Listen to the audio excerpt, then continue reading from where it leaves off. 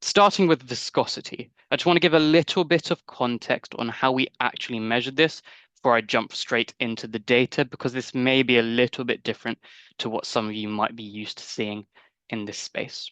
Now, generally, viscosity for any low viscosity ideal liquids, with ideal liquids being liquids where your viscosity does not change based on the shear that's applied, they tend to be measured using something like a glass capillary viscometer that you can see here on the left.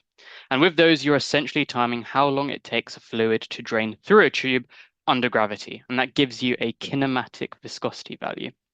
With this method, temperature control and equilibration can sometimes be a little bit tricky, and there can sometimes also be some variability between analysts if you're just using this method alone. What we used in this study is a rotational rheometer.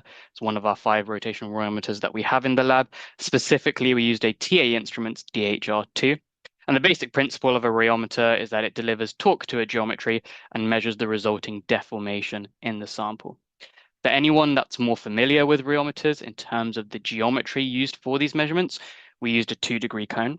However, we do have the ability to adapt the geometry depending on the viscosity of the fluid. So for example, in some cases, a concentric cylinder may be more appropriate. I think some key benefits of a rheometer are worth mentioning. So small sample volumes, you only need about a milliliter to conduct measurements. And I think most importantly for this application, it has the ability to step through multiple temperatures quite accurately due to its Peltier plate technology. Underneath on the bottom plate, we have a Peltier plate, which provides that temperature control. So to the data itself now, we measured viscosity at 6 different temperatures, at the same different temperatures that Ari has mentioned that was carried out for thermal conductivity and specific heat capacity, relevant to what these fluids would be sort of experiencing in an immersion tank. And we conducted 2 runs at each temperature. And the trend that we see here is exactly what physics would tell you to expect. Your viscosity decreases as temperature increases. In terms of the differences between the samples, we can see that the optical CM sample sits at the top of the viscosity range, whereas optical PE has the lowest viscosity. And in terms of the competitor fluid, you can see it sits in between those 2 samples, and there's no meaningful differences between the fresh and the aged samples that we see with the viscosity values.